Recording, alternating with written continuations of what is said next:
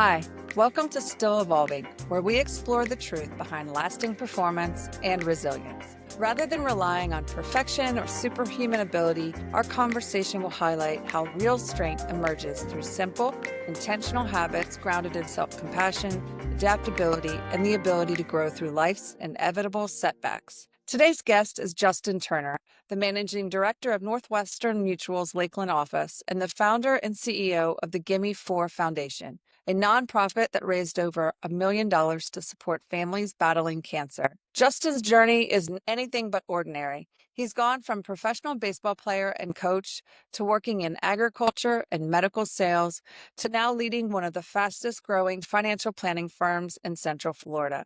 Through it all, one thing has stayed the same: his passion for building relationships and making a real impact in people's lives. He's also a proud husband to Hayley and dad to 3 amazing kids, Colton, Grady, and Finley. So let's welcome Justin to Still Evolving. Awesome, Justin. Thank you so much for joining in this conversation. We wanted to kick off the dialogue with really giving you some time to share on your journey. We're really curious about if you can share your evolution and the adventures along the way, motivations that inspired you, how you kind of got to where you are now. So I'll turn it over to you. Yeah, first and foremost, thank you for the opportunity. I was honored and grateful to be asked to be a part of the podcast, which is always a neat thing to do. Share a little bit about my journey. It's taken me a lot of different places. I think start from the beginning. Born in Indianapolis, Indiana, but raised in Florida. Loved sports my whole life growing up. My goal in life was to be a professional baseball player, which ultimately ended up happening. And having the opportunity to do that for both playing and coaching for 10 and a half years with 3 organizations that were fantastic. Didn't really know what I wanted to do professionally. I think baseball kind of was the plan, and as life has it, it has different plans for you that you don't typically plan for yourself. So when my baseball career ended, I was kind of at this like, what do I do moment? And things that I never thought I would do. I was blessed with the opportunity to marry into an agricultural family. My father-in-law is a large animal veterinarian, and I knew nothing about that. And we have cattle ranches here in Florida, which is a lot of people don't realize how big of a cattle state Florida is. So I got to ride the vet truck with him and learn a bunch of different things about the agricultural world and just kind of start this, I guess you'd say, growth mindset of learning different things and getting comfortable being uncomfortable, which was kind of neat. I knew I wanted to be back in baseball, so I was given an opportunity, and after 4 years of doing that with my father-in-law, riding the vet truck, I went back into baseball and player development professionally with the Yankees organization, and did that for 4 years. Young family. It's very difficult travel-wise in the baseball world. And so I was maybe looking to get out, and when I didn't really know I was looking to get out, and I was given my first kind of sales role, I guess you'd say. Although I think coaching is sales to a certain extent, you got to get players to buy into what you're selling. But I jumped into an opportunity with a medical software company, business development role, kind of chasing, hunting. I loved it, enjoyed it. And then I was approached by Northwestern Mutual in actually 2016, didn't make the leap to change careers till 2018. It took them 2 years to recruit me, which they did a fantastic job of just professional persistence and giving me this opportunity to do financial planning now, and even more so my leadership role as a managing director now of getting to run a district office for a Fortune 100 company is a huge honor, and one that I did not take lightly. Certainly a long-winded snapshot of my travels so far that it's got a lot of different directions it's gone, which I'm grateful for. Wow, amazing. The different roles that in leadership you've held, whether that's as a teammate or a coach, certainly in your community and those very different industries, if you will. I'm curious along the way when you had setbacks or met up against life adversity challenges, what lessons did you take from them, or what tools did you find were helpful in continuing to grow forward? Yeah, no, it's such a good question. I think, and one of my favorite questions even to ask, like even now as I interview people who are exploring our career, is just tell me about adversity in your life. I want to know that you faced some challenges and been able to get through it, right? We're not facing like life or death type things in the working part of our role. Certainly an aspect of it is in the insurance space. But, for me, to answer that question, I really the first thing I think about is just the mentors and people I had in my life that gave me the freedom to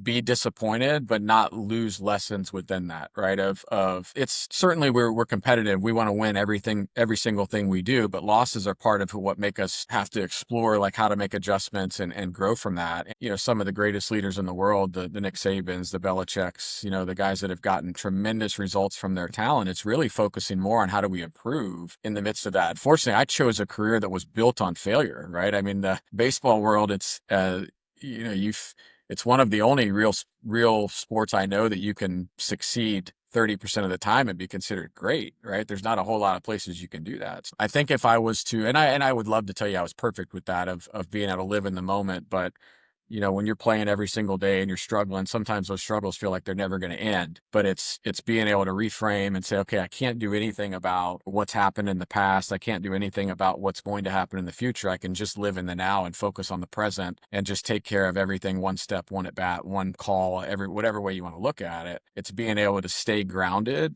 and control controllables, right? And so yeah, I look back at, man, I'm so grateful for adversities and challenges I've had in my life that have given me the opportunity to respond in a way that's positive and thinking of how do I improve. You know, a loss is only a loss if you lose the lesson. Indeed. To have coaches or mentors around you to, I guess, like get through the weightiness of that adversity or that moment of perceived failure or something didn't go right. And because in that moment, it's kind of hard to like have that perspective of learning, even neurophysiology, right? Like we know if you strike out and you're a competitor and it's a key moment, yeah, you're going to be flooded with that reaction of like whether we label it as being pissed or disappointed or angry, like whatever label we like to put on that, there is this rush neurophysiologically that we experience as humans. And then interpreting that, sometimes we kind of double down in that emotion, right? Because we layer on that inner dialogue of what the hell, that was my moment. I just blew it. And then it just downward spirals in this cascade of self-doubt or just a lot of Absolutely. negative talk. And the lesson learned, kind of like pulling yourself out of there and how you can grow, that takes like that frontal lobe activation coming back on, Sure. right? And a perspective and a distance on that quote unquote obstacle or failure. And so I'm curious for you how you kind of transitioned out of the in those moments where, yeah, there's disappointment or you're pissed or whatever's going on. How did coaches or other key mentors, people in your life, I mean, may not even been in the industry that you're working, but how did the power of those relationships help you with that shift? Yeah, I mean, there's a lot to that question that I could probably go a lot of different directions. I think you know, it's going to sound weird, but like I lean on like my mom, right? I watched my mom, and my dad. You know, I have a unique circumstance with the way I grew up. My dad, who I say dad is my, you know, affectionately my stepdad, but he stepped in a role where I needed him to. But my mom was who I really looked at as this. I mean, I watched her, you know, work her tail off to provide for us. And I think in that, I don't think, I didn't ever have to wonder, does my mom love me? Right. I think it sounds so silly, but even as a pro, like when I was struggling, I'm like, you know what? My mom still loves me. Right. I'm just playing a game. And that perspective you know, when you let, especially athletics, when you let it become like so heavy that you lose the enjoyment of playing, I think that's a dangerous place to be. It's because it's like the reason why you wanted to play this game in the first place because it was fun. You played it with your friends and you were out just and building relationships through wins and losses and bus rides and all that stuff, you know. So I think first and foremost, I lean on the fact that the people who love me the most don't care about me playing baseball or me being a managing director. You know, they love me for me, right? I think there's that perspective of knowing that, you know, failure is not fatal, so being able to reframe, and I would love to tell you that was perfect with that.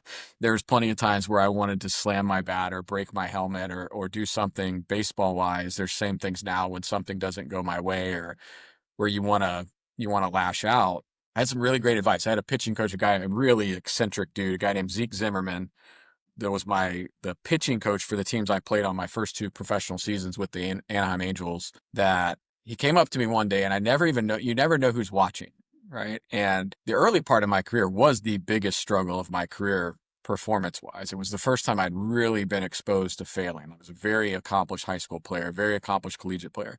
And now you're in this pool of where everybody's really good. And so I struggled. And a piece of advice that I had received really early on in my life was to never let somebody know if you're 4 for 4 or 0 for 4, like by what they see. So I was, even where I was fuming inside, like I would always, like if I had a bad at bat, I'd come put my helmet in there. And Zeke came up to me one time and he recognized that. He's like, you know what? I love the fact that I can't ever tell if you're having a good or bad game. And I didn't want somebody to consider me to be like a front runner if I'm playing really well, but the team lost. Like I'm happy about that. No, I wanted to win the game, but if we won the game and I was 0 for 4, like I wanted to be just as happy with that. So kind of a roundabout way to answer it. Like again, it's like I'm a very logically thinking person, so I can remove the emotional aspect of a lot of different things and say, okay, I don't have any control over how somebody views me. I can only control how I respond. And so that's always been something that's important to me, to control the narrative of what people. I don't want to give them any reason to perceive me any differently than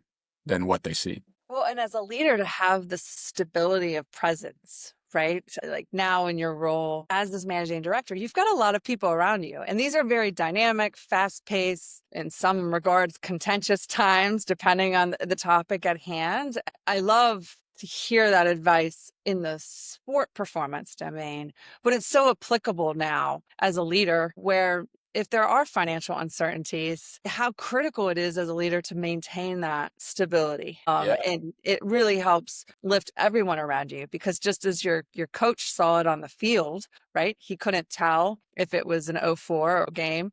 That trickles to other people, your teammates and those you're leading around you. So it is so powerful. And I would imagine you're able to tap that tool now in your role.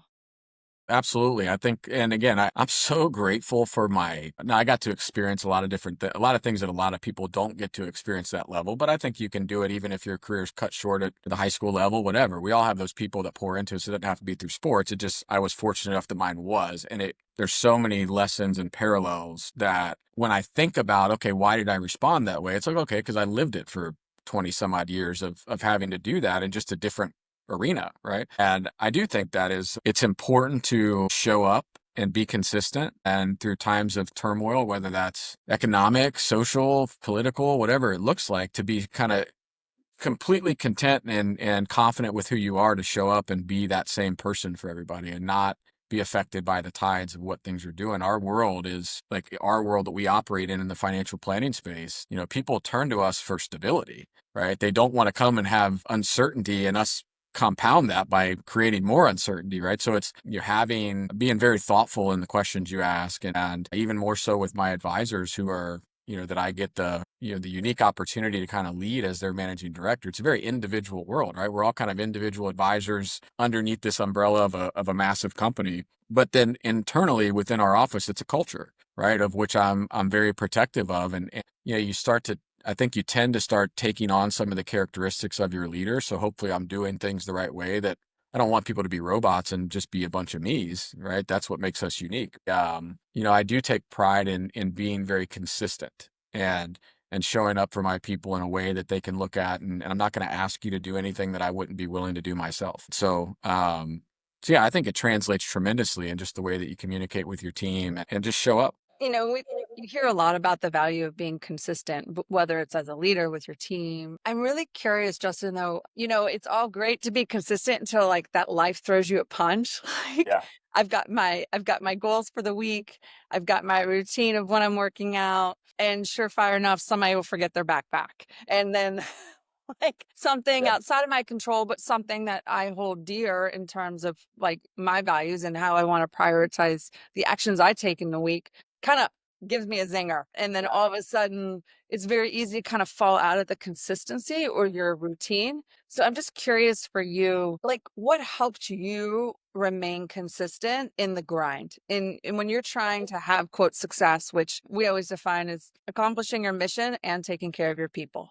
Mhm. So, like, what helps you be consistent in that when the things outside of your control throw you a zinger? Yeah, and I'll go the angle. I've talked about baseball enough. I'll go the angle of where I live now and operate in this space. I think having a very impactful why as to why you're doing this, right? I think this is a very difficult career path for a lot of people, in the financial advising, financial planning space. Like any sales role, you have to understand the metrics, and a lot of it is just a math problem of exposure, like being in front of people, giving yourself chances, I think. But there's a lot of things that you could go do to provide yourself a lifestyle that would satisfy the monetary needs that you may have that are way easier than this, right? So when things do get difficult and stressful, as they will, it's not a matter of if they will, it's when they will. Why are you doing this? Having a strong why, and it's got to be something bigger than I want to make a lot of money. I don't think there's anything wrong with wanting to provide something special for you and your family, but do it